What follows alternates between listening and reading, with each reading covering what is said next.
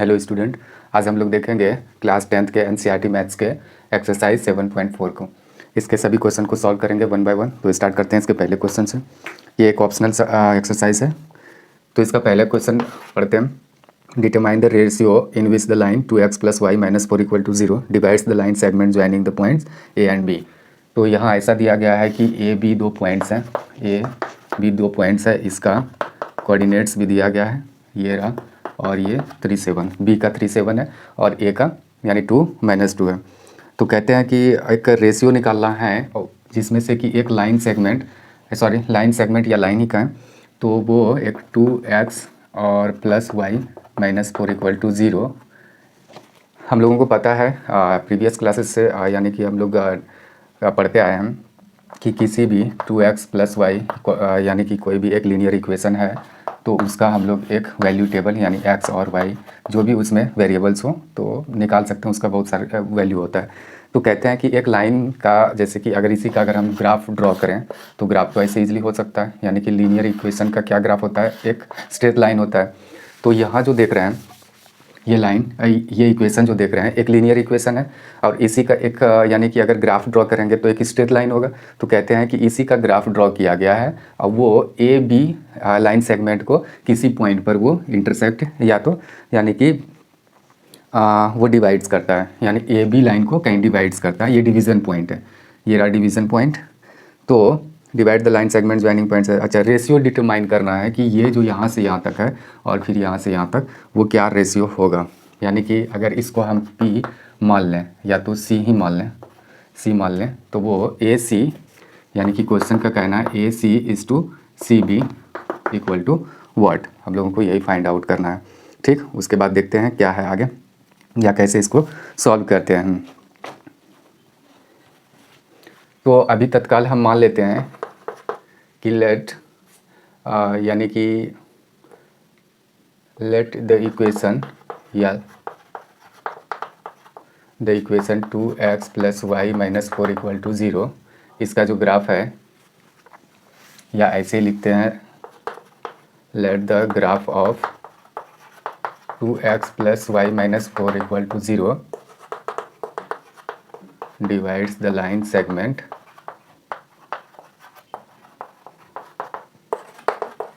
AB in the ratio of k:1 मान लेते हैं एट पॉइंट C। ये भी ऐड कर दिए। इसमें क्या लिख दिए हैं कि माना कि ये जो ग्राफ है इसका, ये 2x + y - 4 ये लीनियर इक्वेशन का जो ग्राफ ड्रॉ किए हैं, तो ये divides the line segment A B line segment को डिवाइड करता है in the ratio of k:1।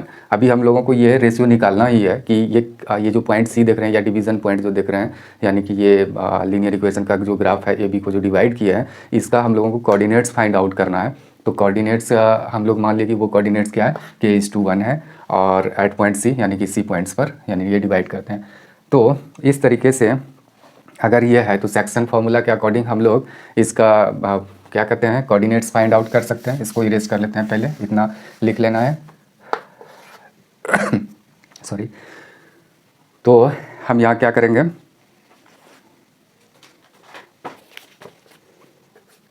तो फिर लिखेंगे कि therefore coordinates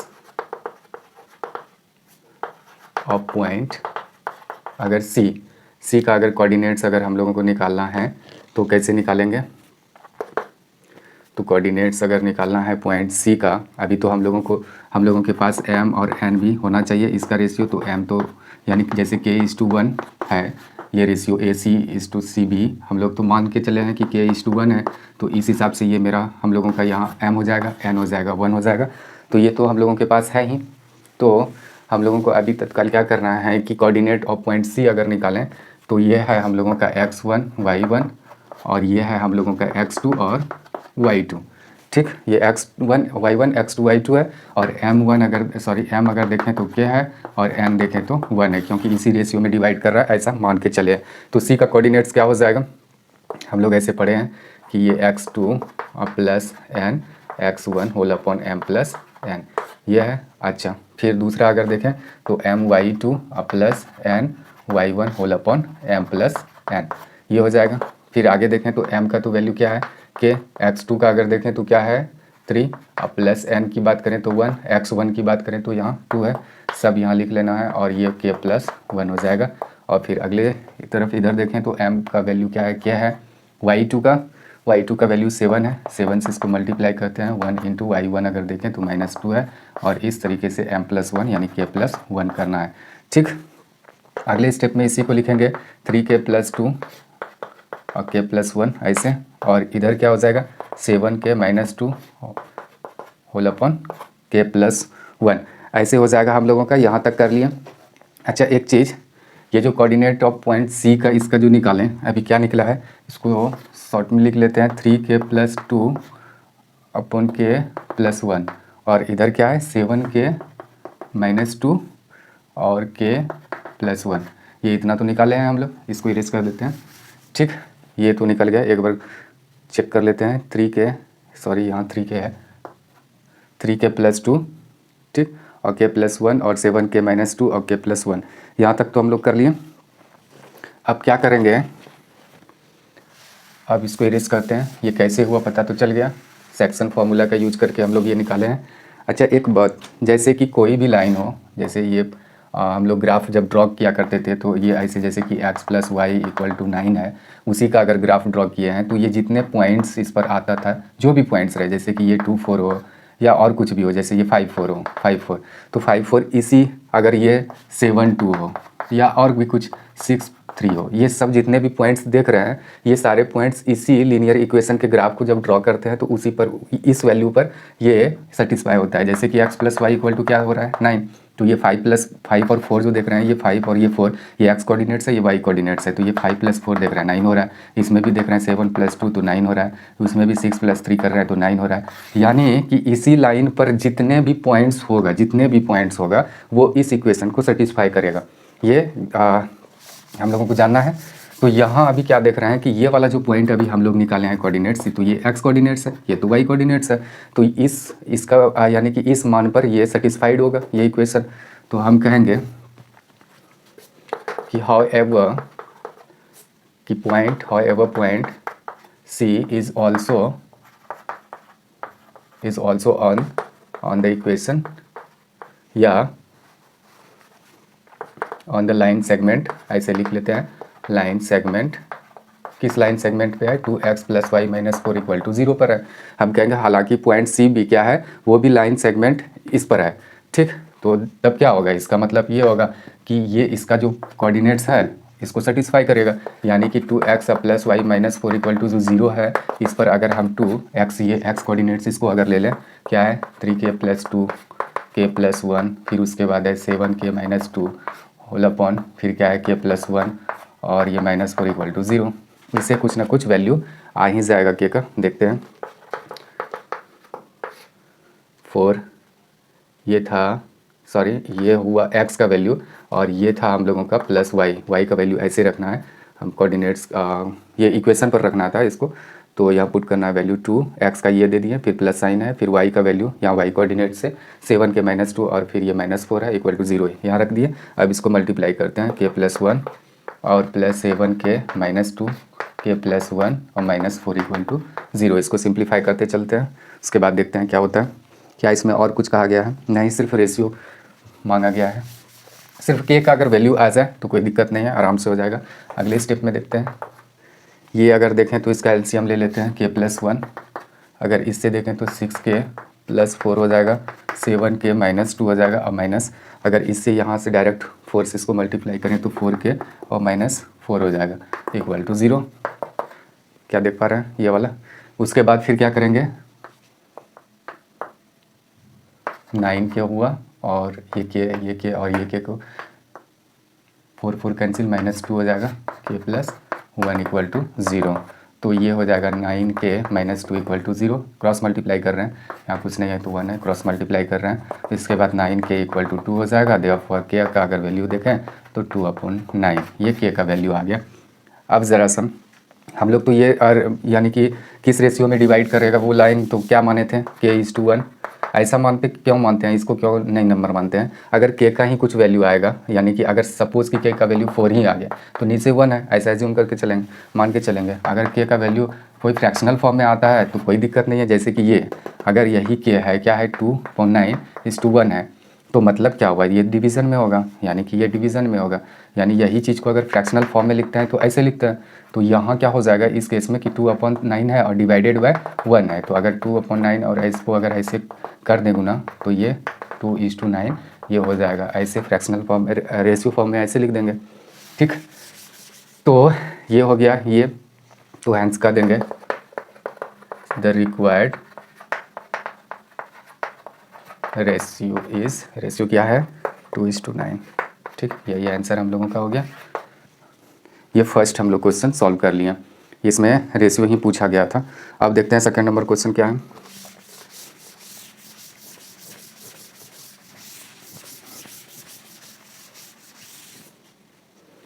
second number question है find a relation between x and y if the points, 3 points दिया गया है आर कॉलिनियर। ये तीनों पॉइंट्स कॉलिनियर हैं, 2 नंबर। हम पहले तीनों पॉइंट्स को लिख लेते हैं, उसके बाद देखते हैं क्या कहा गया है। तीनों पॉइंट्स कॉलिनियर है तो इसीलिए हम इसको क्या करेंगे कि find a relation between x if the points x y 1 2 और क्या है एक 7 0, ये कॉलिनियर है। कॉलिनियर मीन्स यानी कि एक ही लाइन पर सभी पॉइंट्स हो। तो इसमें एक्स वाई का रिलेशन निकालने के लिए कहा गया है। अच्छा, कॉलिनियर हम लोग ऐसे पढ़ चुके हैं कि 3 पॉइंट्स अगर कॉलिनियर होते हैं, ये 3 पॉइंट्स अगर कॉलिनियर होते हैं तो इससे जो ट्रायंगल फॉर्म होगा, ये ट्रायंगल जो फॉर्म होगा, तो ये तो ट्रायंगल फॉर्म हो ही नहीं रहा, क्योंकि ये जो वर्टिसेस, ये दोनों वर्टिसेस तो अलग है, लेकिन ये इसको ऊपर होना चाहिए तब ये ट्रायंगल फॉर्म होगा। तब कुछ ना कुछ उसका एरिया ग्रेटर देन 0 होगा, यानी 0 से कुछ ज़्यादा वैल्यू आएगा। लेकिन अगर ये यानी कि ऊपर वाला अगर सिर, यानी इसको वर्टेक्स कहते हैं, वर्टेक्स अगर इसी पर आ जाए तो इसका वैल्यू यानी एरिया क्या होगा 0 हो जाएगा। तो कॉलिनियर पॉइंट से 3 पॉइंट से बनने वाले ट्रायंगल का एरिया क्या होता है 0 होता है। हम ऐसे कर सकते हैं कि वी नो दैट कि the area of a triangle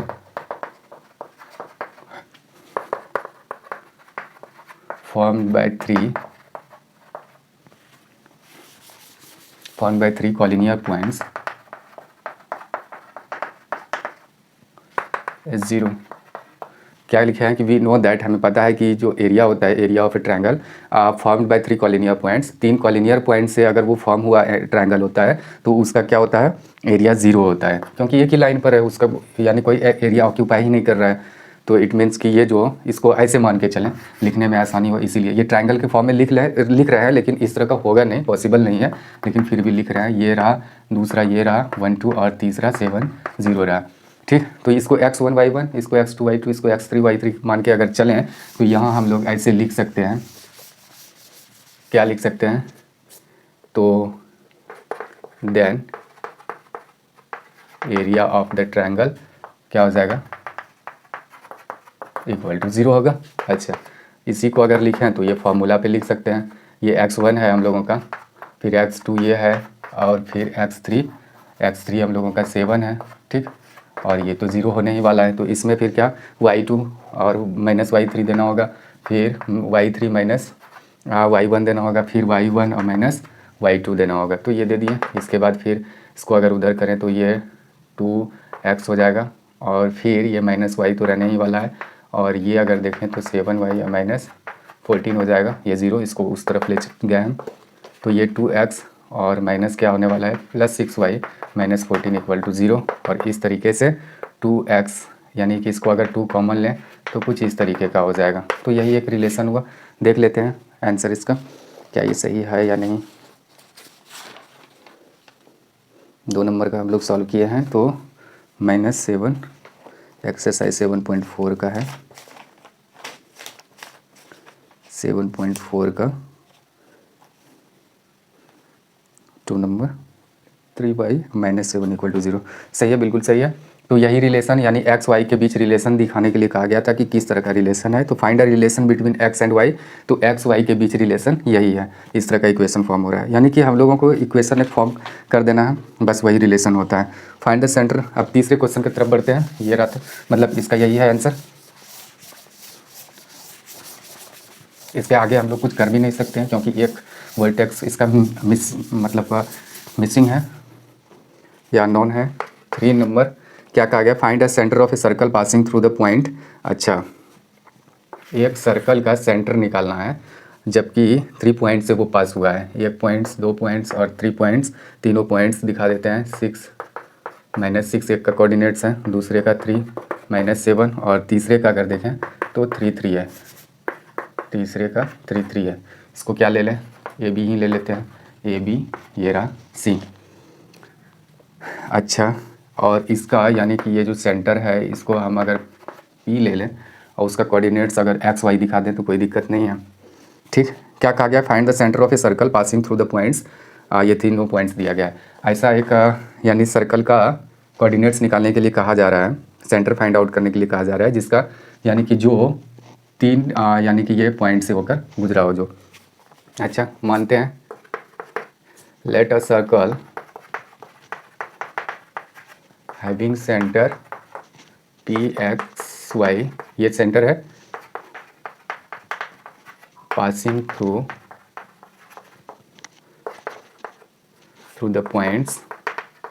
कौन कौन से पॉइंट्स, ए 6, बी क्या है 3 -7 एंड सी क्या है 3 and 3। इतना लिख दिए। क्या लिखे हैं कि लेट, एक ऐसा मान के चलें कि अ सर्कल हैविंग सेंटर, सेंटर जिसका ये है, तो पासिंग थ्रू द पॉइंट्स यानी कि यही सर्कल पास हो रहा है ये पॉइंट से, ये पॉइंट से और ये पॉइंट से। ठीक है, आप लोगों को ये इसका कोऑर्डिनेट्स निकालना है। अब क्या करेंगे, इसको अगर ज्वाइन कर दें, ये रहा, अगर ये रहा, तीनों पॉइंट्स को अगर सेंटर से ज्वाइन कर दें तो क्या ये रेडियस हो रहा है, हाँ बिल्कुल हो रहा है। तो किसी भी सर्कल के रेडियस क्या होते हैं, सभी इक्वल होते हैं। तो बारी बारी से हम लोग क्या करेंगे कि रेडियस को एक बार ये रेडियस को और ये रेडियस को इक्वल कर देंगे, उससे एक इक्वेशन निकाल लेंगे, फिर इसको और इसको फिर इक्वल करके उससे इक्वेशन निकाल लेंगे, इक्वेशन बना लेंगे, उसके बाद दोनों इक्वेशन को सॉल्व करेंगे। इसी तरीके से इसको हम फाइंड आउट कर सकते हैं एक्स वाई को। और तो यहाँ ऐसे करने के बाद ये ऐसे कर सकते हैं, हियर ए पी, या तो पी ए लिखते हैं या ए पी ही लिखते हैं। ए पी इक्वल टू क्या हो जाएगा, बी पी।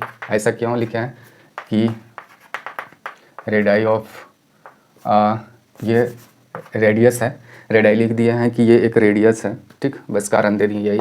तो डिस्टेंस फार्मूला का यूज करके ए पी निकालते हैं, क्योंकि ये दोनों का कोऑर्डिनेट्स, ये दोनों का कोऑर्डिनेट्स दिया गया है।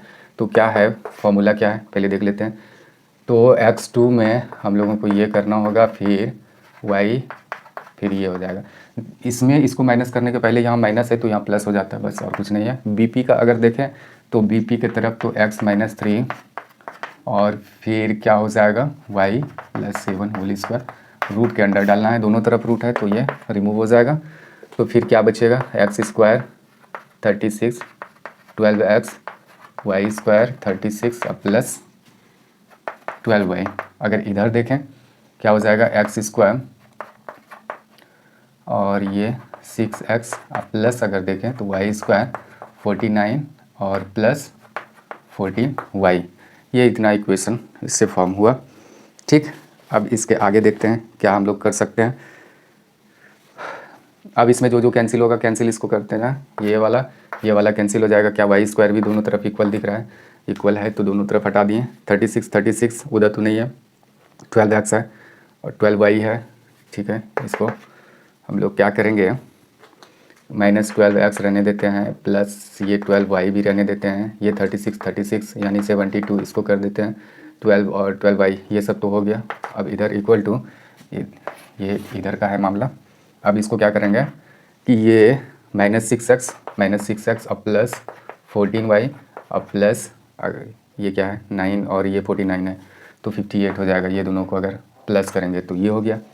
बस इसके बाद क्या बनने वाला है, तो -12x में अगर इस x को इधर ले आए हैं तो 6x और 12y में अगर इसको 14y को इधर ले आएँ और प्लस 72 में 58 को अगर इधर ले आएँ तो कुछ इस तरीके का होगा।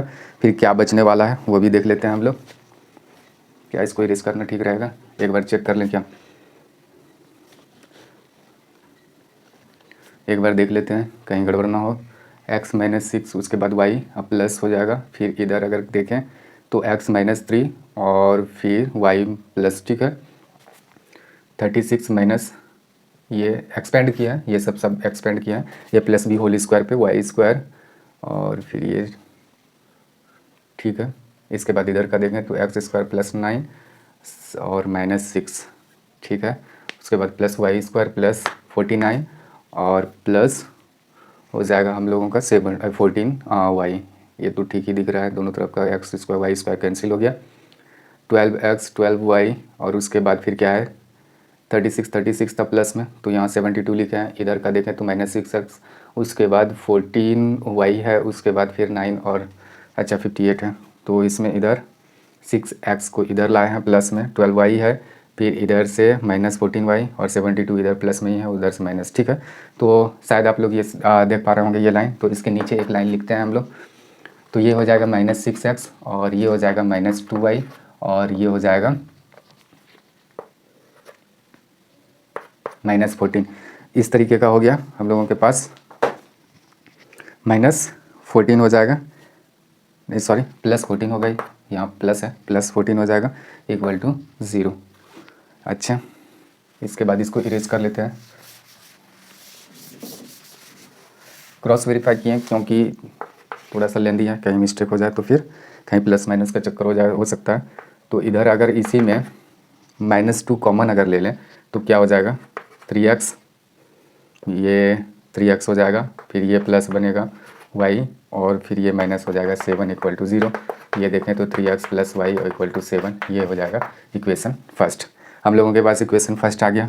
क्या लिख सकते हैं 3x plus y equal to 7, ये इक्वेशन फर्स्ट बन गया हम लोगों का।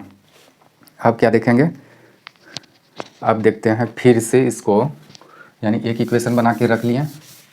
अब फिर से हम ये रेडियस ही है, ये भी रेडियस ही है, तो ये दोनों को इक्वल कर देते हैं। तो हम लोग लिखते हैं कि अगेन अब की बार लिखते हैं ए पी इक्वल टू क्या हो जाएगा C P.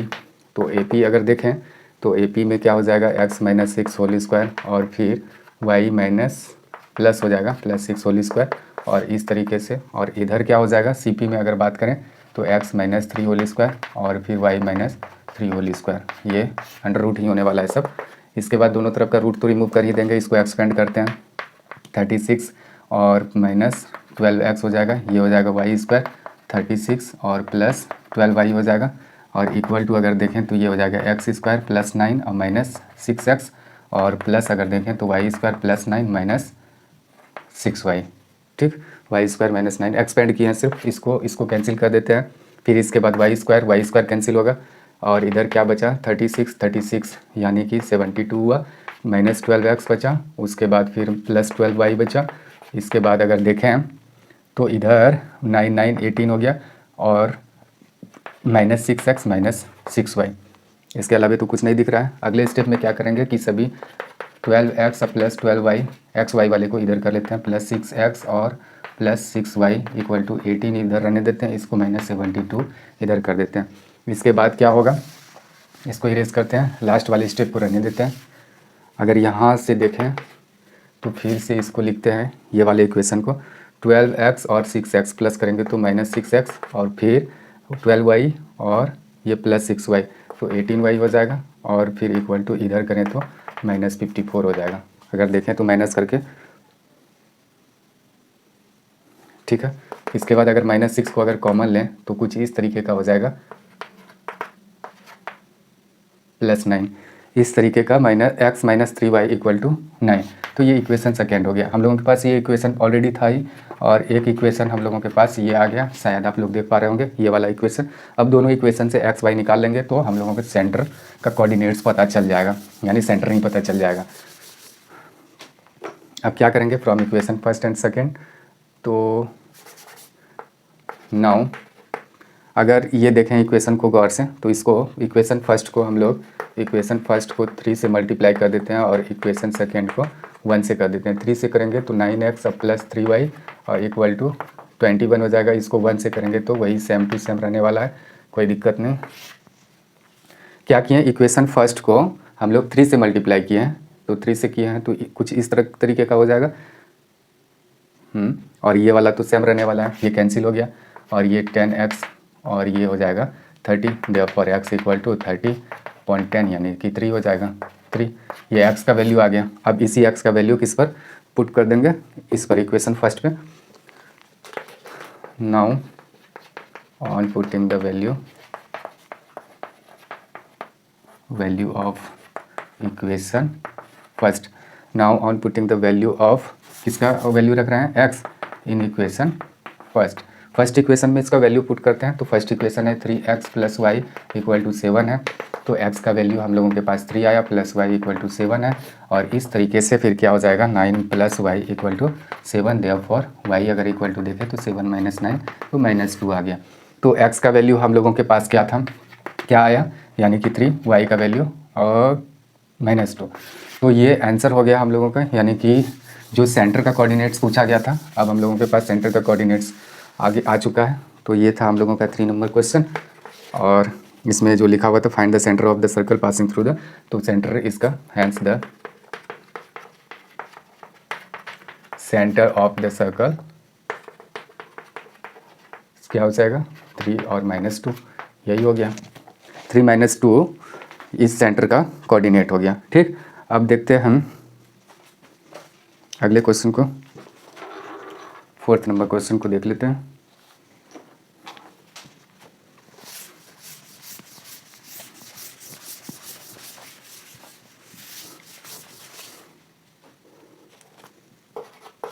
Fourth number question है the two opposite vertices of a square are -1 2 and 3 2 find the coordinates of the other 2 vertices. यानी कि एक स्क्वायर का 2 अपोजिट वर्टिसेस दिया गया है। एक स्क्वायर इसको मान लेते हैं कि ये A B C और D इसका वर्टिसेस है। तो इसका अपोजिट वर्टिसेस 2 दिया गया है, -1 2, इसको एक ये और ये 3 2 मान लेते हैं कि ये अपोजिट वर्टेक्स यानी कि इसका एक स्क्वायर का दिया गया है। ठीक, find the coordinates of the other 2 vertices. अब 2 अदर वर्टिसेस का हम लोगों को क्या निकालना होगा, यानी कोऑर्डिनेट्स निकालना होगा। तो हम यहाँ ऐसे मान के चलते हैं कि जैसे A B C D एक स्क्वायर है, ऐसा मान लिए। उसके बाद फिर अपोजिट वर्टेक्स इसका दिखा दिए कि एक -1 2 है और एक 3 2 है। और दूसरा जो अपोजिट वर्टेक्स का पेयर है उसमें एक x y दिखा दिए इसका कोऑर्डिनेट्स B का, और D का x1 और y1 दिखा दिए। अब यहाँ क्या करेंगे, इसमें इसका कोऑर्डिनेट्स या इसका कोऑर्डिनेट्स निकालेंगे 2 अदर का। अगर इसको ज्वाइन कर दिया जाए तो कोई दिक्कत नहीं है। और हम लोगों को पता है कि कोई भी यानी कि स्क्वायर का जो एंगल होता है वो 90 डिग्री, टोटल हर एंगल 90 डिग्री का होता है। इसको 90 हम ऐसे शो कर दिए। अच्छा, तो यहाँ हम ऐसे लिख सकते हैं कि हियर क्या होगा, AB = BC। ये तो कर सकते हैं क्योंकि ये है sides of square, sides of square है। ये इतना और इतना इक्वल कर सकते हैं क्योंकि सभी इसके बराबर ही होते हैं। डिस्टेंस फार्मूला से हम निकाल लेते हैं, x + 1 हो जाएगा और फिर y - 2 होल स्क्वायर हो जाएगा, अंडर रूट में ही होगा। और फिर BC का अगर देखें तो 3 - x हो जाएगा और फिर 2 - y होल स्क्वायर। ये रूट, दोनों तरफ का रूट हम लोग बाद में रिमूव कर देते हैं।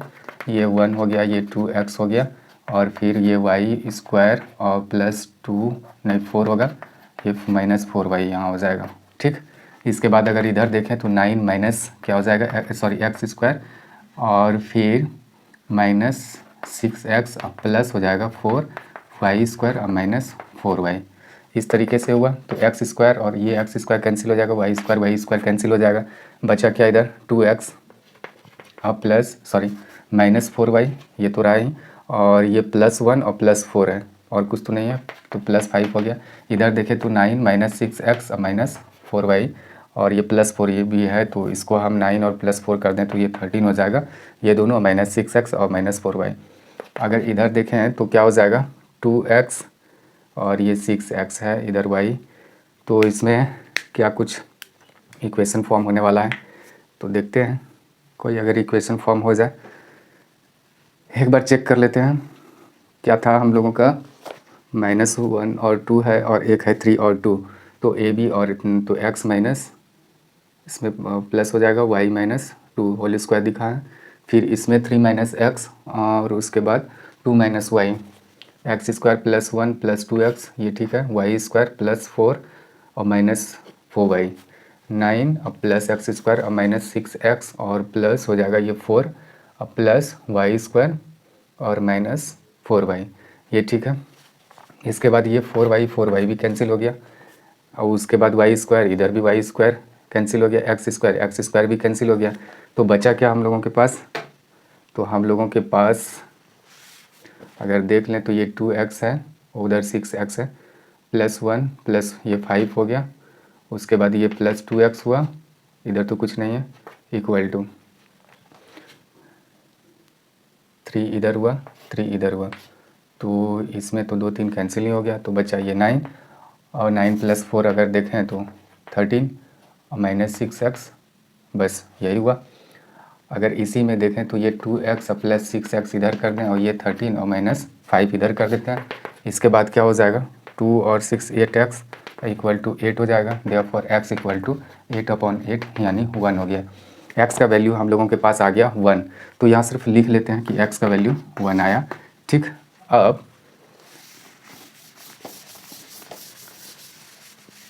यहाँ तो हम लोगों को y का भी वैल्यू निकालना है, लेकिन x का ही सिर्फ आ रहा है। अच्छा, एक चीज़ अगर इसको देखें ध्यान से, ये वाला, तो ये एक ट्रायंगल है, किस तरह का, राइट एंगल्ड ट्रायंगल है। तो इसमें तो पाइथागोरस प्रमेय, यानी कि जिसको हम लोग पाइथागोरस थ्योरम कहते हैं, अप्लाई करके क्या कर सकते हैं, hypotenuse square equal to perpendicular square plus base square कर सकते हैं। तो इन ट्रायंगल ABC ऐसे कर सकते हैं by Pythagoras theorem. According to Pythagoras theorem क्या हो जाएगा कि AB² plus BC² equal to AC², ऐसा कह सकते हैं हम लोग। तो AB का अभी हम लोग तुरंत जस्ट निकाले ही हैं, तो फिर से इसको अगर वैल्यू रख दें तो AB का अगर देखें तो x + 1 ये हो जाएगा और y - 2 ये होल स्क्वायर, तो ये हुआ ऐसे, ये AB हुआ, AB का स्क्वायर, प्लस BC का अगर स्क्वायर देखें तो BC का स्क्वायर तो 3 - x होल स्क्वायर और प्लस 2 - y होल स्क्वायर, और ये भी रूट में हो गया, और इसका भी स्क्वायर दिखा देते हैं। ये हो गया BC का स्क्वायर। अब की बार देखें तो AC का स्क्वायर दिखाना है, ये AC का, तो ये हो जाएगा 3 अब माइनस ये अब प्लस, फिर हो जाएगा 2 - 2 होल स्क्वायर, ये ऐसे। अच्छा, जब रूट का स्क्वायर करते हैं तो रूट रिमूव हो जाता है, हट जाता है, तो x + 1 होल स्क्वायर अब प्लस y - 2 होल स्क्वायर आया। अच्छा, इधर देखें तो क्या हो जाएगा, 3 - x होल स्क्वायर और प्लस 2 - y होल स्क्वायर हो गया। और इधर अगर देखें तो इसका भी स्क्वायर करना था, तो इसका भी ब्रैकेट रिमूव हो जाएगा, तो 3 + 1 4 का स्क्वायर और प्लस ये 0 का स्क्वायर, इतना तो रहने वाला है।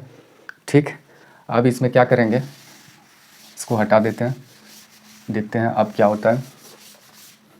अगर यहाँ गौर से देखें तो ये हो जाएगा, x का वैल्यू हम लोग निकाल के ऑलरेडी रखे हैं, तो यहाँ x का वैल्यू इसमें रखते जाते हैं, y का कुछ ना कुछ तो वैल्यू आएगा ही, 3 - 1 होल स्क्वायर और प्लस क्या है 2 - y होल स्क्वायर।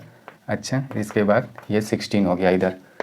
ठीक, ये 4 हो गया, और ये हो जाएगा हम लोगों का y², इसके बाद +4 और -4y, और प्लस ये हो जाएगा 4 और ये हो जाएगा 4 और प्लस y² और -4y इक्वल टू 16। इस तरीके से अगर देखें तो ये y² 2y² हो जाएगा। अच्छा, इसका कहानी तो ख़त्म हो गया। अब 4y और कुछ है क्या, एक 4y और कुछ है, y² स्क्वायर का हुआ, 4 + 4 भी है, और यहाँ भी +4 है, यहाँ भी +4 है, तो बहुत सारे +4 है, 4 4 8। अच्छा, 8 और 4 और 4 8, ये 16, तो ये और ये सब कैंसिल करके इधर का 16 हटा देते हैं, तो ये y² तो हो ही गया। उसके बाद -4y और कुछ है -8y इधर कर देते हैं। ठीक, ये 4y का ये हो गया। इसके बाद अगर इसको इरेज करें क्या हो जाएगा, अगर 2 कॉमन लें तो y², या तो इसी में 2y अगर कॉमन ले लें तो क्या बचेगा, y - 4 इक्वल टू 0। अगर इसी को देखें तो 2y इक्वल टू 0 एक बार लिख सकते हैं, एक बार y - 4 इक्वल टू 0, तो देयरफॉर y इक्वल टू एक बार हो जाएगा 0, और एक बार यहाँ y अगर देखें तो हो जाएगा 4, तो y का भी वैल्यू तो आ ही गया। एक चीज़, अगर हम लोग यही वाला चीज़ जो भी इधर किए हैं इसको लेकर, इस ट्रायंगल को लेकर, तो इस ट्रायंगल में भी करेंगे तो यही वाला वैल्यू कहीं ना कहीं x1 और y1 का भी आने वाला, x1 का 1 आ जाएगा और y1 का फिर इसी तरीके से 0 और 4 आ जाएगा। तो यहाँ क्या करेंगे कि हम लोग xy, अगर x का वैल्यू 1 लिए हैं, 1 तो निकाले ही हैं, तो y का वैल्यू 0 आ रहा है तो 0 ले लेते हैं। ठीक, एक ये हो गया। ये दूसरा पेयर क्या हो सकता है कि हम x का वैल्यू 1 ही लेते हैं लेकिन y का वैल्यू 4 आ जाएगा। तो क्या ये दोनों चीज़ लेने पर एक ही जगह रहने वाला है, ये वाला अगर 1 0 ले रहे हैं, इसको अगर 1 0 ले रहे हैं तो ये 1 4 तो कहीं ना कहीं दूसरे जगह होगा, लेकिन सेटिस्फाइड जरूर करेगा, इस यानी ये पाइथागोरस से सेटिस्फाइड होगा, ये इक्वल ही होगा, ये तो जो भी है। तो कहीं ना कहीं ये वाला अगर इसको इधर रख दें, इसको इधर रख दें, तो कोई फ़र्क नहीं पड़ने वाला है, जो है वो पूरा सेटिस्फाई होगा। तो इसीलिए हम लोग कह सकते हैं कि ये टू अदर जो क्या कहते हैं वर्टिसेस होगा, तो hence two other vertices of the square is, ये are sorry square are, two other vertices क्या हो जाएगा, 1 0 एक हो जाएगा एंड 1 4।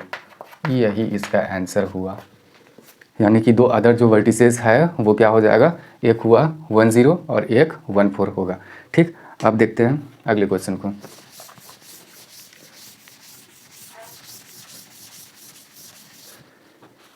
अब 5वें नंबर क्वेश्चन को देखते हैं क्या है कि the class 10th students of a secondary school in Krishinagar have been allotted a rectangular plot of land for their gardening activity. Sapling of gulmohar are planted on the boundary at the distance of 1 meter from each other. So there is a triangle grassy lawn in the plot as shown in the figure 7.14. The students are sow seeds of flowering plants on the remaining area of the plot. Taking A as origin, find the coordinates of the vertices of a triangle. What will be the coordinates of the vertices of triangle PQR if C is the origin? Also calculate the area of the triangles in these cases. What do you observe? अच्छा, यहाँ पहले question को समझ लेते हैं कि 5 number question में क्या कहा गया है। 5 नंबर क्वेश्चन में कुछ इस तरीके का कि फिर से एक बार रिपीट करते हैं। The class 10th students of a secondary school in Krishinagar एक में क्लास 10th स्टूडेंट का एक सेकेंडरी स्कूल में have been allotted a rectangular plot of land. ये रेक्टेंगुलर प्लॉट ऑफ लैंड है, यानी कि ज़मीन का एक टुकड़ा है, फॉर देयर गार्डनिंग एक्टिविटी के लिए उस स्कूल में है। Sapling of gulmohar are planted on a boundary at a distance of 1 metre from each other, यानी 1 मीटर पे ये सैपलिंग गुलमोहर का लगाया गया है इसके बाउंड्री पर, यानी कि ये जो ऐसे टोटल बाउंड्री पर 1 मीटर की दूरी पर यानी गुलमोहर का पौधा लगाया गया है, ऐसा इसमें लिखा है। अच्छा, 1 मीटर पे each other there is a triangular grassy lawn in the plot as on. अच्छा, यहाँ एक प्लॉट ऐसे दिखाया गया है, ये घास का एक मैदान है, PQR। अच्छा, the students are sow seeds of the flowering plants on the remaining area of the plots, और कहते हैं कि यहाँ तो घास है, इस पर ग्रास है, और जो बच गया प्लॉट उस पर वहाँ क्या लगाते हैं, सो सीड्स ऑफ फ्लावरिंग प्लांट्स, और फूल का यहाँ पौधा लगाते हैं बच्चे सब, जो भी रिमेनिंग प्लॉट हो गया। तो ये ग्रास में तो ग्रास लगेगा, और जो भी बचा है तो उसमें प्लांट्स लगाने वाले हैं। तो taking A as the origin, और ये यहाँ ए दिया गया है, ये डी है, और ये सी है, और ये बी है। कहते हैं कि इसको ओरिजिन अगर मान लें, तुम ओरिजिन मानेंगे तो इसको वाई एक्सिस मानना होगा, और इसको क्या मानना होगा, एक्स एक्सिस। तो कहते हैं कि ए को अगर ओरिजिन मानेंगे तो इसका कोऑर्डिनेट्स क्या होने वाला है, इस ग्रासलैंड का क्या होने वाला है। तो कहते हैं taking A as the origin find the coordinates of the vertices of triangle A को। तो देखेंगे जैसे ये पी क्या देखना है तो इधर कितना आया है, फिर ऊपर कितना गया है, तो वो इसका वर्टिसेस हो जाएगा। फिर क्यू का देखेंगे इधर आके, फिर ऊपर एक्स एक्सिस के अलॉन्ग कितने गए हैं, फिर वाई एक्सिस के अलॉन्ग कितने ऊपर गए हैं, तो वो देख लेना है। तो इसी तरीके से सबका वर्टिसेस हो जाएगा। तो पहला नंबर कहा गया है कि ए को ओरिजिन मान के ये बताना है। तो ये स्कूल में एक रेक्टेंगुलर प्लॉट है, पीस ऑफ लैंड है, इसके बाउंड्री पे क्या लगा हुआ है, गुलमोहर का पेड़ लगा हुआ है, 1 मीटर करके चारों तरफ लगाया गया है, और ये ए और ये बी सी डी से डिनोट किया गया है इसके वर्टेक्स को।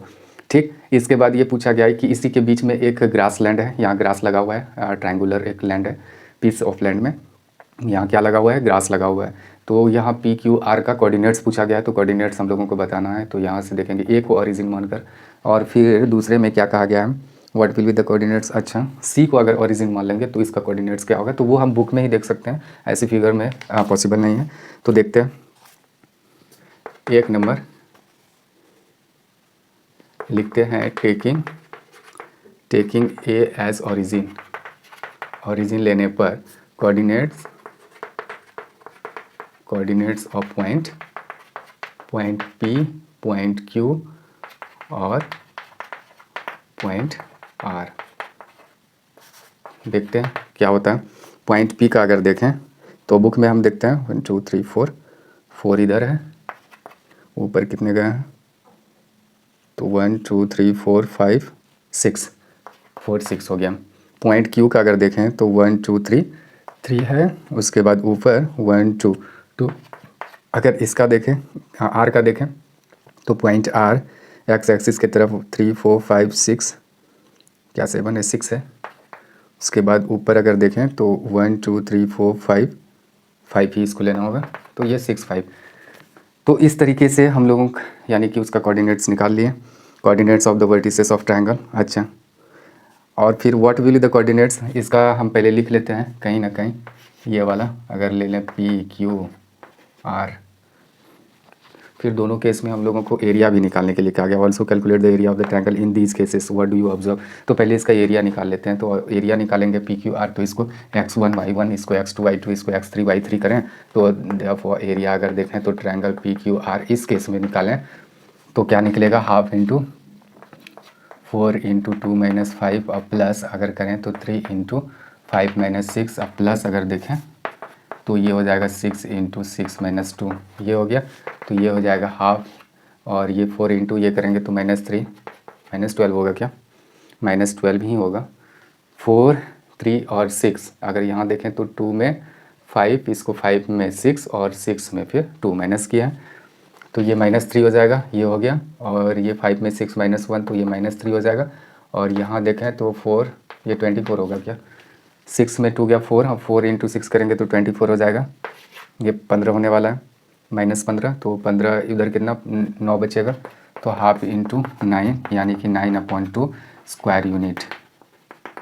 ये हो गया हम लोगों का एरिया 9/2 यानी कि 4.5 जिसको कह सकते हैं, यानी कि 4.5 स्क्वायर यूनिट इधर निकल गया इसका।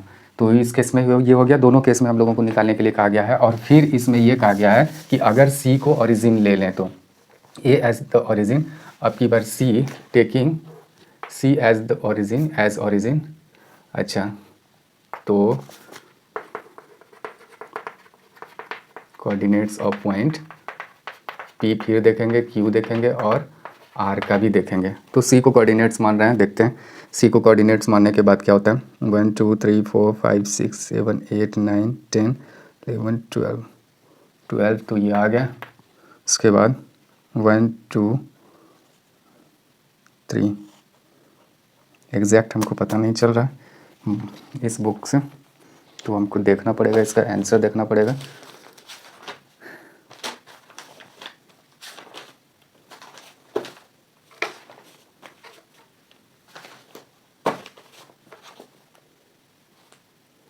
सेवन 7.4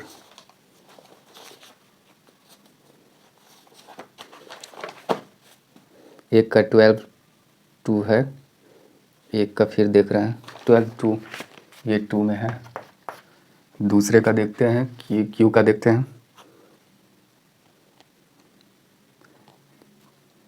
13 हो जाएगा, ये 13 होगा।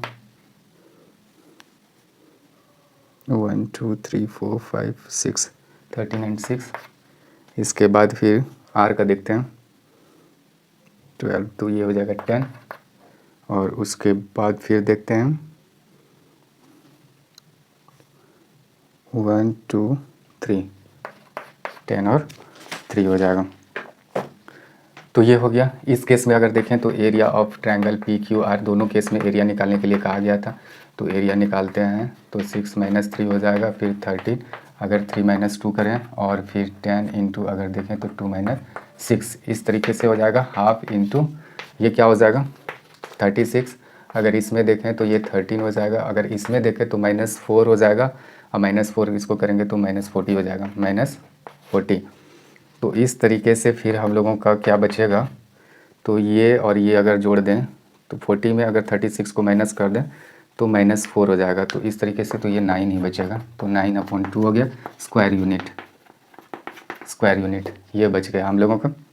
ठीक, तो इस तरीके से हम लोग क्या देखते हैं कि इस केस में भी उतना ही निकला। तो यहाँ कुछ पूछा गया था, सवाल था कि what will be the coordinates of vertices, वो तो लिख दिए हैं। If C is the origin, also calculate the area of the triangle in this cases, what do you observe. तो आप क्या ऑब्जर्व करते हैं तो वो बताना है। तो हम क्या लिखेंगे कि लास्ट में एट लास्ट ऐसे लिखेंगे कि we observe that in both cases, यानी कि दोनों केसेस में the area of P Q R is the same. क्या देख रहे हैं कि दोनों केस में क्या देख रहे हैं कि एरिया जो है पी क्यू आर का सेम है, बस यही ऑब्जर्व किए। और क्या करेंगे, कोई भी चीज़ हो लेकिन एक ही तो पीस ऑफ लैंड है, वो तो सेम ही है, तो उसका एरिया चाहे जैसे भी निकालें एरिया सेम ही निकलेगा, ऐसा नहीं है कि डिफरेंट हो जाएगा। आगे देखते हैं, हम बढ़ते हैं 6 नंबर क्वेश्चन की तरफ। 6 नंबर क्वेश्चन है the vertices of triangle A B C are, अच्छा दिया, a line is drawn to intersect sides A B and A C D E respectively such that A D इतना calculate the area of the compare with the. अच्छा पहले figure को बना लेते हैं। एक word triangle A B C दिया गया है, ए बी सी, एक का दिया गया है 4 6, दूसरे का 1 5 और तीसरे का देखें तो 7 2 दिया गया है वर्टिसेस। ठीक है, ऐसा देख पा रहे हैं आप लोग, ये वाला। अब इसमें क्या है, a line is drawn to intersect side A B और ए सी, ए बी और ए सी को साइड्स को इंटरसेक्ट करते हुए एक लाइन खींचें जो ए सी बी एड ए सी या डी और ई पर यानी इंटरसेक्ट हो। तो ये तो हम खींच दिए। अच्छा, रिस्पेक्टिवली सच दैट, और इस तरीके से हो कि यानी कि ए डी ये हो जाए, ये कंडीशन यहाँ है कि ए डी सॉरी ये ए बी है equal to A E upon A C equal to 1/4, ऐसा हो गया। यानी कि क्या दिया गया है कि एक ए बी सी और एक ट्रायंगल दिया गया है, उसके वर्टिसेस दिए गए हैं और डी ई यानी कि डी ई इस तरीके से खींचा गया है, यानी कि ये दोनों साइड्स को इंटरसेक्ट करते हुए कि ये ए बी को यानी डी पॉइंट पे इंटरसेक्ट कर रहा है, यानी कि और फिर ए सी को पॉइंट ई पर, इस तरीके से। और इस घटना के बाद यानी कि ये सिचुएशन हुआ, क्या हुआ कि A D upon A B equal to A E upon A C हो गया, और ये दिया गया है दोनों बराबर है 1/4। आगे इसी में कहा गया calculate the area of A D E का एरिया भी निकालने के लिए कहा गया and compare it with the area of triangle A B C, और इसकी तुलना करने के लिए कहा गया है बड़े वाले ट्रायंगल से ए बी सी के। और उसके बाद फिर रिकॉल थ्योरम, इतना अच्छा तुलना करने के लिए कहा गया है। तो देखते हैं क्या कर सकते हैं हम लोग इसमें। अच्छा, हम लोग एक थेल्स थ्योरम पढ़े हैं। थेल्स थ्योरम में क्या था कि जैसे कि एक ट्रायंगल है ए बी सी, कहते हैं कि एक ट्रायंगल में एक साइड्स के पैरेलल अगर एक लाइन ऐसे गुजार दें तो इतना बटा इतना, इतना बटा इतना हो जाता है। यही हम लोग पढ़े थे कि A D upon A B ऐसे भी लिख सकते हैं इसको, और इधर ए ई अपॉन ई सी हो जाता है। क्या होने पर, यानी कि यहाँ कंडीशन था कि D E parallel B C हो तो ऐसा कंडीशन होगा। अगर ऐसा कंडीशन ऑलरेडी दिया ही है, थेल्स थ्योरम के अकॉर्डिंग क्या होता है, किसी भी ट्रायंगल में एक साइड के पैरेलल अगर दो साइड्स को इंटरसेक्ट करते हुए एक लाइन खींचें तो ये दोनों साइड्स जो है एक इक्वल रेशियो में डिवाइड होता है। यानी ये कंडीशन है D E parallel to B C, तो हम कह सकते हैं कि इतना अपॉन इतना, इतना अपॉन इतना, ये क्या हो जाएगा, बराबर होगा। ये थेल्स थ्योरम के अकॉर्डिंग। लेकिन यहाँ तो ऐसा ये पहले से ये दिया है, इट मीन्स कि ये और ये पैरेलल है, ये तो कह सकते हैं। यहाँ ऐसे कह सकते हैं कि since in triangle A B C क्या है, A D upon A B equal to क्या है, ए ई अपॉन ए सी यानी 1/4, ये तो दोनों इक्वल है। देयरफॉर ऐसे कह सकते हैं कि डी ई पैरेलल टू इस पैरेलल टू बी सी। ये क्यों कह सकते हैं, यहाँ by converse of Thales theorem. Thales theorem के उल्ट यानी कि विलोम के अनुसार ये कह सकते हैं। ये एक हम लोग थ्योरम पढ़े हैं, कन्वर्स ऑफ थेल्स थ्योरम के अकॉर्डिंग ऐसा हो गया, ये दोनों पैरेलल हो गया। यानी ये दोनों पैरेलल है, इट मीन्स कि अब ये वाले ट्रायंगल और बड़े वाले ट्रायंगल को हम लोग क्या कर देंगे, सिमिलर कर देंगे। ये तो इतना तो कर दिए कि ये दोनों पैरेलल है। ये प्रूफ होने के बाद हम लोग कहेंगे कि now in triangle A D E and triangle A B C, ये दोनों ट्रायंगल को देखें गौर से, तो इस ट्रायंगल में ये वाला और इस ट्रायंगल में ये वाला एंगल दोनों इक्वल होगा। क्यों होगा, क्योंकि ये दोनों पैरेलल है और ये एक ट्रांसवर्सल लाइन है, तो ट्रांसवर्सल लाइन होने के बाद ये वाला और ये वाला करस्पॉन्डिंग एंगल है, इक्वल होगा। तो अगर ये है तो एंगल इसमें ए डी ई और इसमें angle A B C equal होगा। यहाँ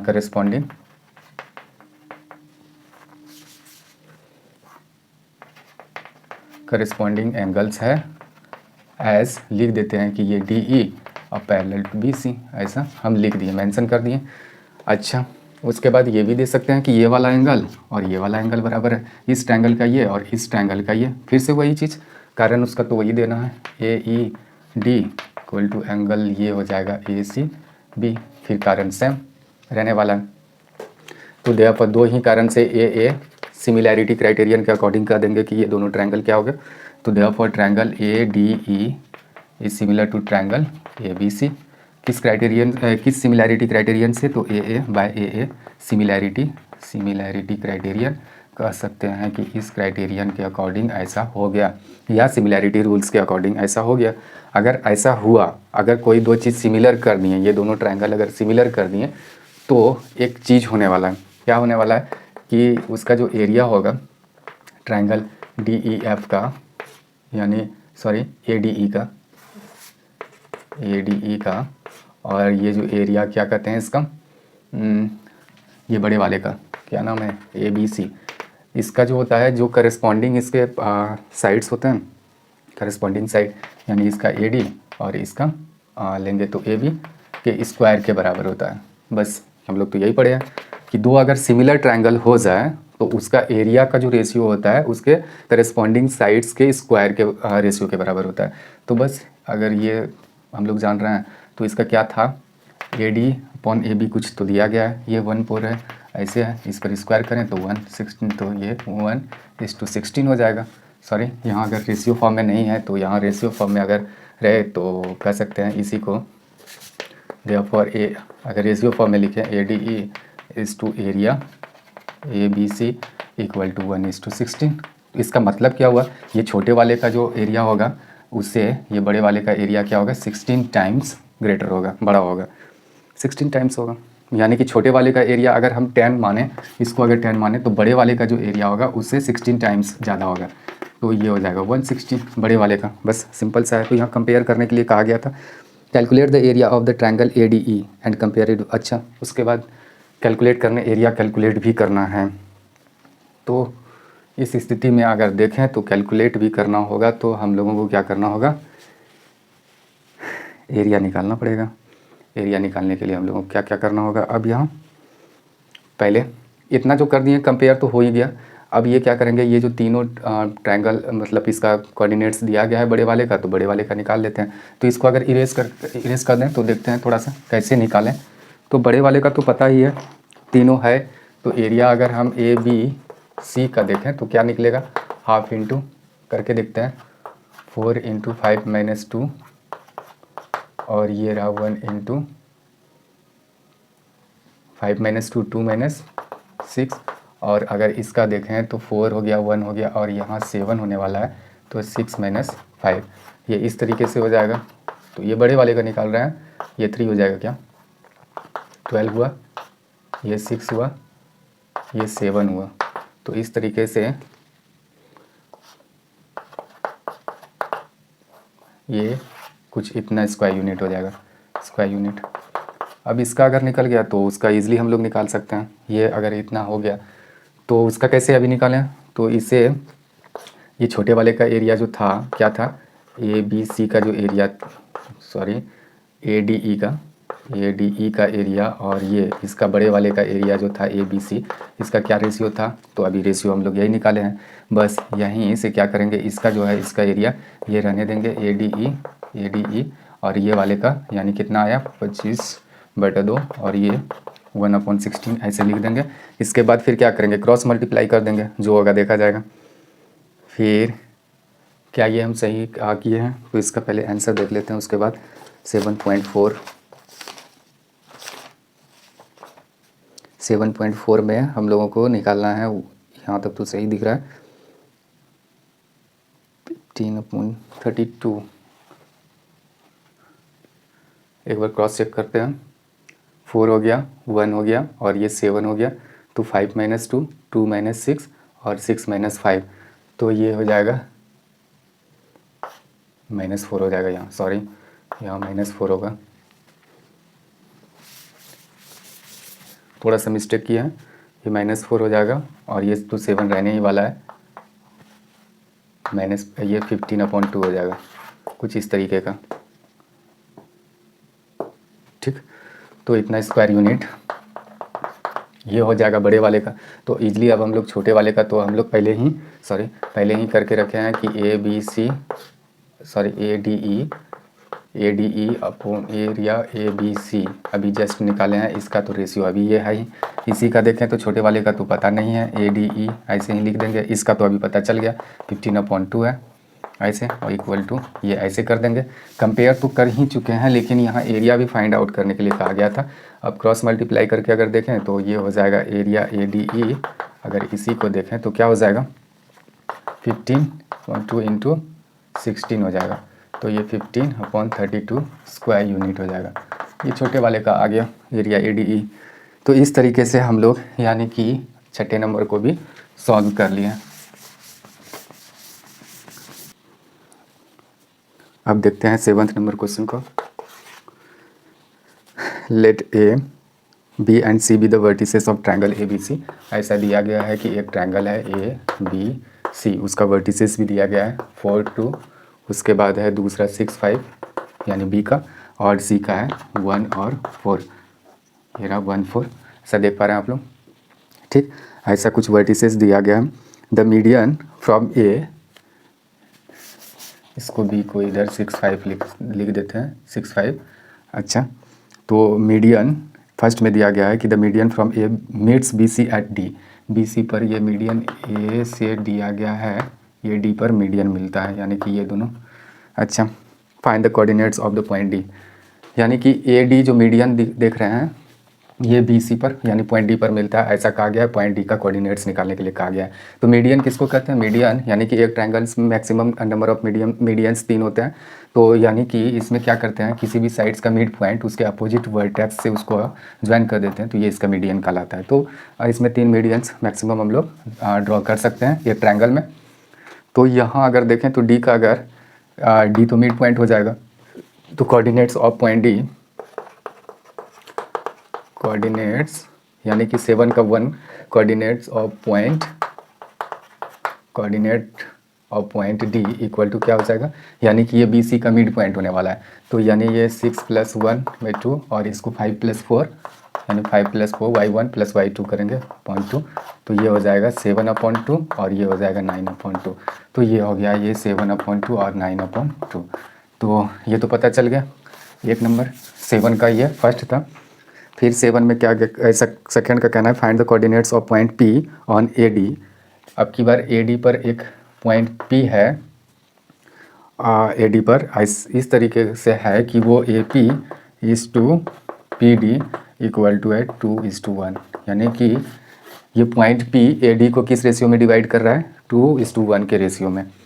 ये वाला जो पॉइंट P देख रहे हैं, तो यानी AP और PD का रेशियो 2:1 है। इट मीन्स कि पॉइंट P AD को 2:1 के रेशियो में डिवाइड कर रहा है। अच्छा, इसमें फिर कहा क्या गया था, पॉइंट P का कोऑर्डिनेट्स निकालने के लिए। तो हम लोग यहाँ सेक्शन फार्मूला का यूज करेंगे। ये x1 y1 इसको मान लेंगे, x2 y2 इसको मान लेंगे, और ये m और n ये हम लोगों का दिया हुआ है। तो सेक्शन फार्मूला से पॉइंट P का कोऑर्डिनेट्स निकाल सकते हैं using bisection formula.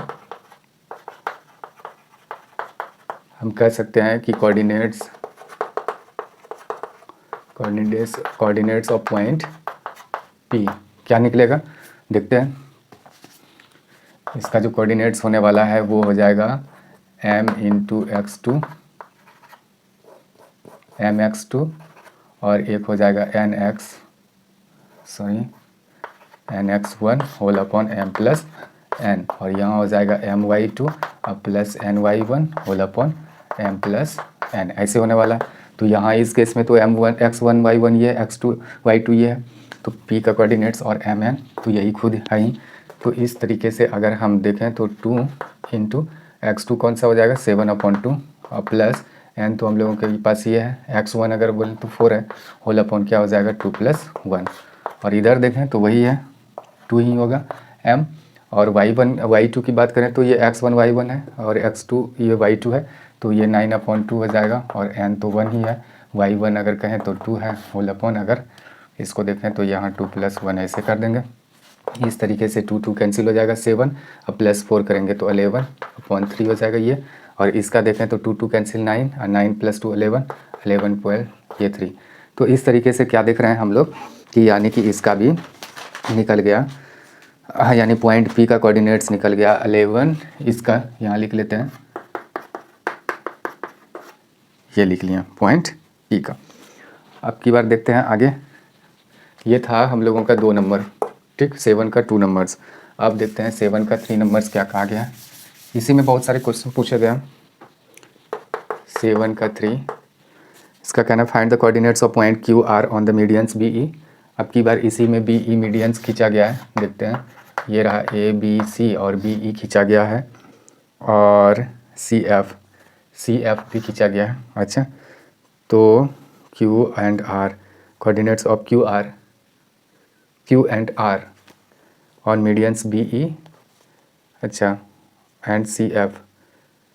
B E और सी एफ पर एक, यानी ये पॉइंट है सी एफ पर, अगर देखें बी ई पर यानी क्यू है, ये पॉइंट क्यू, और ये पॉइंट इस पर एक आर है, तो ये तो सब एक ही जगह हो। अच्छा, तो बी क्यू, अगर हम इसको अभी मिटा दें ऐसे, ये बी क्यू पर कहा गया है कि find the coordinates of point Q का कोऑर्डिनेट्स निकालें on the median B E पर है। अच्छा, तो फिर वही प्रोसेस से करेंगे सेम, यानी कि ये वाला जो है इसको मिड पॉइंट ये इससे निकालेंगे इसका, और फिर किस रेशियो में भी यहाँ दिया गया है 2:1, इसी तरीके से इसमें भी दिया गया है, तो यानी कि इसमें भी निकाल लेंगे। और फिर कहा गया है कि सी एफ एक मीडियन है, इस पर एक पॉइंट है और उस पॉइंट का नाम है आर, और इसका भी ये यानी कि ये सी एफ को किस रेशियो में डिवाइड कर रहा है 2:1 के रेशियो में, तो सबका देख रहे हैं वही है, तो इसी तरीके से सबका निकालेंगे। सबका निकालने के बाद पता चलेगा हम लोगों को कि ये सबका यही आ रहा है, कोऑर्डिनेट्स सबका यही आ रहा है, क्योंकि 2:1 में ही हम डिवाइड कर रहे हैं। और हम लोगों को पता है कि किसी भी ट्रायंगल का जो मीडियन होता है, तो मीडियन अगर तीनों मीडियन खींचते हैं तो जिस पॉइंट पर वो इंटरसेक्ट होता है, सब यानी कि मीटिंग पॉइंट जो होता है, उसी को हम लोग सेंट्रोइड कहते हैं। और सेंट्रोइड की एक खासियत ये है कि ये वाला जो सेंट्रोइड है, यानी मीडियन को 2:1 के रेशियो में डिवाइड करता है, यानी इसको भी 2:1 के, और इसको भी 2:1 के रेशियो में डिवाइड करेगा, और इसको भी 2:1 के रेशियो में डिवाइड करेगा। बस ये तो इसमें ये निकालने के बाद यहाँ चौथा नंबर पूछा गया है, व्हाट डू यू ऑब्जर्व। तो ये सब अगर निकाल के देखेंगे तो अपने से, तो सबका क्या दिखते हैं कि सबका कोऑर्डिनेट्स सेम है, यही रहने वाला है, क्योंकि ये भी गुजरेगा तो इसी जगह से, ये भी गुजरेगा तो इसी जगह से, तो सबका कोऑर्डिनेट सेम होने वाला है। अगर सेम होगा तो क्या कहेंगे हम लोग कि ये पॉइंट सेम ही हैं।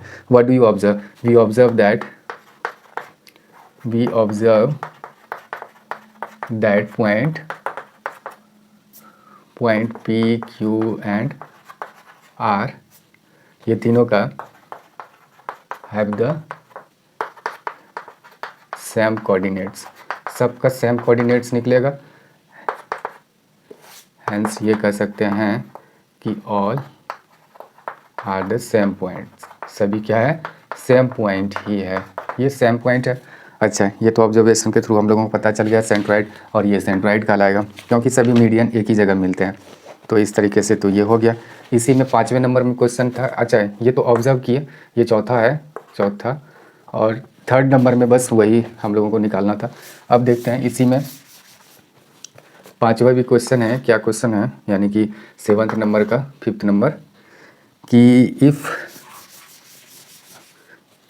ए बी और C are the vertices of triangle A B C vertices दिया गया है, ए बी, और ये राशि, इसका x1 y1 कोऑर्डिनेट्स दिया गया है, इसका x2 y2 दिया गया है, और इसका x3 y3 दिया गया है। Vertices of triangle A B C, find the coordinates of the centroid of the triangle. तो इसका जो सेंट्रोइड होगा, सेंट्रोइड तो हम लोगों को पता है, सेंट्रोइड जो होता है, यानी कि अगर एक मीडियन ऐसे खींच लिया जाए, सपोज़ ये पॉइंट डी पर ऐसे मिले, तो ये मीडियन अगर खींच लिया जाए, तो यहाँ जो सेंट्रोइड होता है किस रेशियो में डिवाइड करता है मीडियन को, 2:1 के रेशियो में। अगर सेंट्रोइड पी मान लिया जाए, तो पी का यहाँ जो भी होगा एक्स वाई, अगर इसको ले लिया जाए, तो ये किस रेशियो में डिवाइड करेगा, A P is to P D, यानी 2:1 के रेशियो में डिवाइड करेगा, इतना तो पता ही है। क्या कहा गया है कि ए बी सी एक ट्रायंगल दिया गया है, इसके सारे वर्टिसेस के यानी कोऑर्डिनेट्स दिए गए हैं, हम लोगों को वो निकालना है, इसके सेंट्रोइड का कोऑर्डिनेट्स निकालना है। तो सबसे पहले हम क्या किए, ए डी एक यानी मीडियन ड्रॉ कर लिए, और उसी पर एक सेंट्रोइड हम दिखा दिए। सेंट्रोइड जो भी होता है मीडियन को किस रेशियो में डिवाइड करता है, 2:1 के रेशियो में। ये दिखा दिए कि A P is to P D equal to 2:1, तो ये मेरा M1 हो गया, ये M2। अच्छा, डी का अगर मीडिया वो निकालें, क्या कहते हैं कोऑर्डिनेट्स, तो कैसे निकलेगा, ये बी सी का मिड पॉइंट है, तो यहाँ कोऑर्डिनेट्स और पॉइंट अगर देखें डी का, पॉइंट डी का अगर देखें तो इसको जोड़ना होगा x2 प्लस x3/2, और इसको अगर देखें तो y2 प्लस y3/2 ऐसे दे दिया। तो ये हो गया इसका, यानी पॉइंट डी का। यहाँ लिख लेते हैं x2 प्लस x3/2, इसमें y2 प्लस y3/2। ये तो इतना पता चल गया। अब क्या करेंगे, कोऑर्डिनेट्स इसका डी का पता चल गया। अब हम लोगों को ये इसका निकालना होगा पॉइंट पी का। तो सेक्शन फार्मूला का यूज करके ये x1 y1 है, x2 y2 इसको मान लेंगे, और यहाँ m और n का वैल्यू दिया गया है। तो एक काम करते हैं, इस जगह हम लोग यहाँ ऐसे करते हैं, बाइसेक्शन फार्मूला ऐसे लिख लेते हैं, कोऑर्डिनेट्स ऑफ पॉइंट P। अगर P अगर देखें तो आराम से निकाल सकते हैं। क्या निकलेगा, ये x y लिखना ज़रूरी नहीं है, वैसे लिख दिए हैं। अगर इसको अगर नहीं भी लिखें तो इस तरीके से कोई दिक्कत नहीं है। तो हम लोग कैसे निकालेंगे, तो वही फॉर्मूला है mx2 plus nx1 whole upon m plus n, और ये है my2 plus ny1 whole upon m plus n। ये हो गया। तो m का वैल्यू क्या है यहाँ, अगर m का वैल्यू देखें तो 2 है, 2 इंटू, अच्छा x2 का, तो ये x1 है, x2 तो ये हम लोगों का, यानी x2 ये रहा हम लोगों का, ये 2, अब प्लस n क्या है, 1 है, x1 क्या है, तो ये x1 ही है, होल अपॉन क्या हो जाएगा m प्लस 1, 2 प्लस 1। तो इस तरीके से ये हो गया। फिर अगर दूसरे में देखें तो फिर से वही m y2 का अगर value x1 y1 x2 y2 है, तो y2 हम लोगों का ये हो जाएगा y2 प्लस y3/2, अच्छा प्लस n का तो वैल्यू 1 है, इंटू y1 अगर देखें x1 y1 तो y1 ही है, और ये इस तरीके से 2 प्लस 1 हो गया। ये हो गया, ये 2 कैंसिल हो गया। अगर ये x1 और ये x2 x3, तो x1 plus x2 plus x3 whole upon ये 3 हो गया नीचे, और यहाँ अगर देखें तो 2 कैंसिल हो जाएगा, तो ये y1 plus y2 plus y3, y1 plus y2 plus y3 whole upon क्या हो जाएगा 3। इस तरीके से हम कह सकते हैं कि ये हो गया हम लोगों का सेंट्रॉइड का, यानी ये सेंट्रॉइड का वैसे एक ही सेंट्रॉइड होता है, यानी किसी भी ट्रायंगल में तो एक सेंट्रॉइड का ये हो गया कोऑर्डिनेट्स, और यही फार्मूला भी होता है। हम लोग समरी में इसको देख चुके हैं कैसे, अगर ये रहता है कोऑर्डिनेट्स तो ऐसे डायरेक्टली हम लोग लिख लेते हैं, ये फार्मूला के तौर पर भी इसका यूज़ किया जाता है। तो ये 7 का यानी कि 5th नंबर क्वेश्चन था। अब की बार देखते हैं इसी का, यानी इसी एक्सरसाइज का 8th नंबर क्वेश्चन, वो लास्ट होगा। 8th नंबर क्वेश्चन है ABCD is a rectangle formed by the points A B C और D। तो PQR as the mid point of, अच्छा सभी साइड्स के, तो इज द क्वाड्रिलेटरल। यहाँ दिया गया है कि एक रेक्टेंगल है ABCD, इस ये रहा A, ये रहा B, ये रहा C और ये रहा D। A का -1 है, B का अगर देखें तो -1 4 है, ये रहा 4, और C का अगर देखें तो 5 4 है, और D का देखें तो 5 -1 है। ये है कोऑर्डिनेट्स PQRS जो है, तो ये AB का, AB पर P, ये Q, ये रहा R और ये रहा S, यानी कि AB का मिड पॉइंट P है, BC का Q, CD का R और AD का S है। इसको फिर ज्वाइन कर दिया गया, ऐसे ज्वाइन कर दिया गया है। अच्छा अब क्या पूछा गया कि इज़ द क्वाड्रिलेटरल PQRS, ये जो PQRS क्वाड्रिलेटरल है, क्या एक रेक्टेंगल है, क्या एक रोम्बस है, तो जस्टिफाई करने के लिए कहा गया है।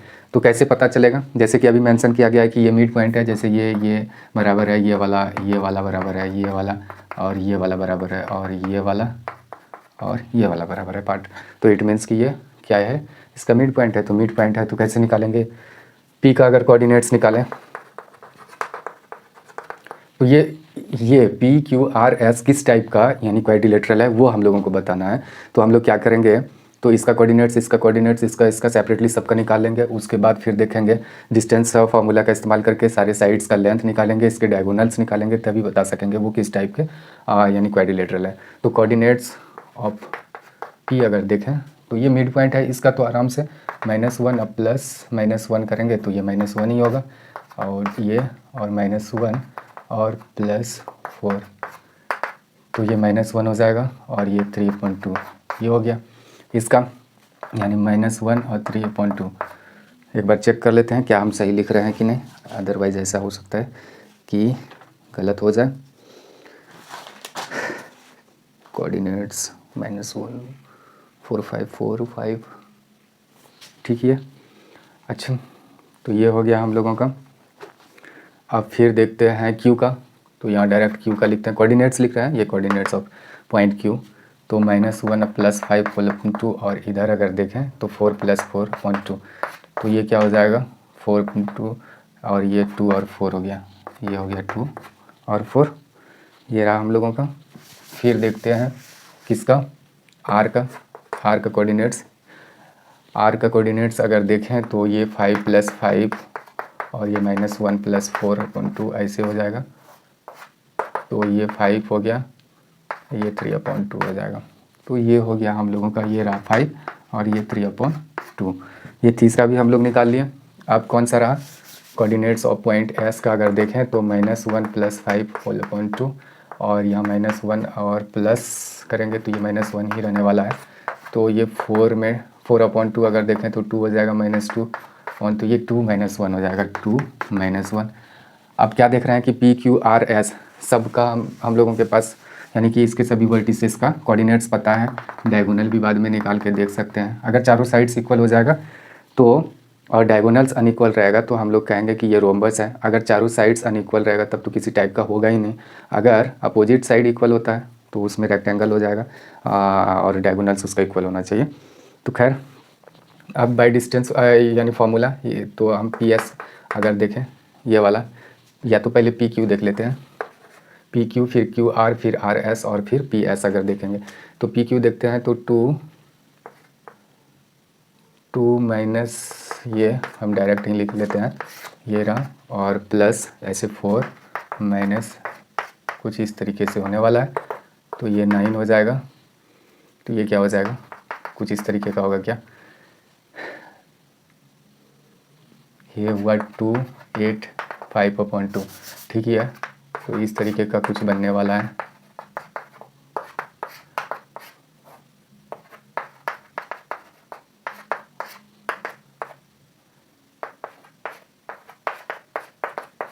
√61/2, ये देख रहे हैं √61/2 इसका ये आ रहा है।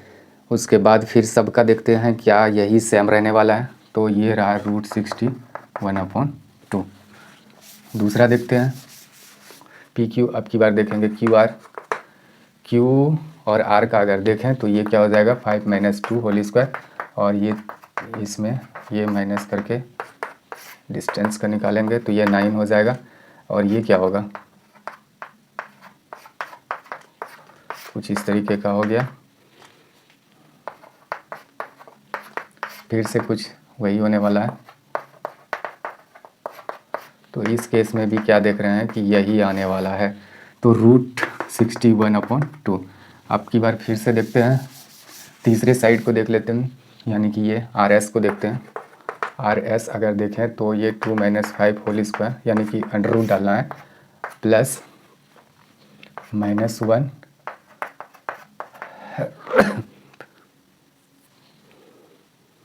ठीक है। अगर ये देखें तो 9 हो जाएगा, और ये अगर देखें तो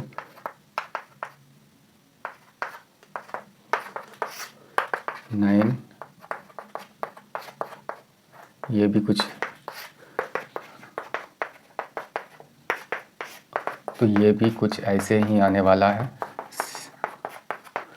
तो ये भी √61/2 आ गया इसका भी वैल्यू। अब देखते हैं इसके पी एस साइड को, देखते हैं पी एस।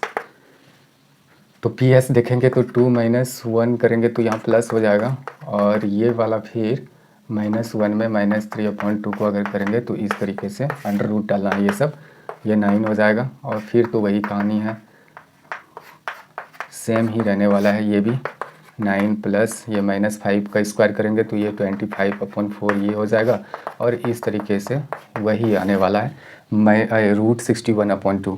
तो √61/2 चारों साइड्स बराबर है, इट मीन्स कि ये रोम्बस है ही। अगर ये दोनों डायगोनल अगर बराबर हो गया तो स्क्वायर हो जाएगा, नहीं तो क्या क्या ये रेक्टेंगल होने वाला है या रोम्बस होने वाला है या स्क्वायर होने वाला है, देखते हैं। तो ये तो रोम्बस ही होगा या तो स्क्वायर ही होगा, क्योंकि चारों साइड्स इक्वल है। तो अब यही दोनों की पॉसिबिलिटीज़ है, इसमें कंफर्म होते हैं इसके डायगोनल्स को निकाल कर। अब की बार देखते हैं पी आर को निकाल के। पी आर क्या हो जाएगा, 5 - 1 करेंगे तो यहाँ प्लस हो जाएगा, और वो 3/2 में माइनस करेंगे 3/2, तो इस तरीके से हो जाएगा। यानी कि 5 में -1 किए और फिर इसमें माइनस किया है, तो ये 36 का प्लस 0 हो जाएगा, तो ये 36 यानी 6 आया। तो ये वाला लेंथ देखें पी आर, तो ये 6 है। अब देखते हैं एस क्यू, इसी से पता चल जाएगा। लास्ट ईयर या क्यू एस देख लेते हैं। क्यू एस अगर देखें तो 2 - 2, और फिर क्यू एस देख रहा है तो -1 में 4 को माइनस करेंगे, तो इस तरीके से ये आ जाएगा। ये 0 हो गया और ये 25 आ गया, 5 का स्क्वायर 25 हो जाएगा, और ये हो गया 25 का रूट, यानी कि ये हो गया 5, तो ये वाला 5 आ गया। तो कोई भी क्वाड्रिलेटरल का अगर चारों साइड्स इक्वल हो और इसका डायगोनल्स अनइक्वल हो तो हम उसको रोम्बस कहते हैं। तो इस तरीके से ये क्या हो गया, एक रोम्बस हो गया। तो हम यहाँ ऐसे कह सकते हैं, क्या लिखा हुआ था कि जस्टिफाई योर आंसर, तो आंसर तो हम लोग निकाल ही चुके हैं। तो हम कहेंगे कि यहाँ कि सिंस इन क्वाड्रिलेटरल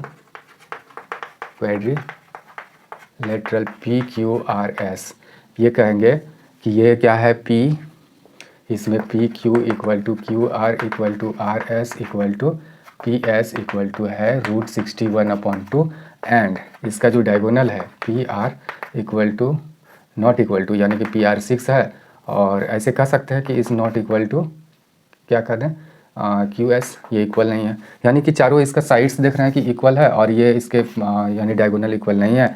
तो therefore P Q R S is a rhombus. बस इतना ही कह सकते हैं इसके बारे में। यही हो गया हम लोगों का आंसर, जस्टिफिकेशन भी हो गया इसका। तो इस तरीके से हम लोग एक्सरसाइज 7.4 को कंप्लीट कर लिया। अब मिलते हैं अगले वीडियो में, तब तक के लिए थैंक यू।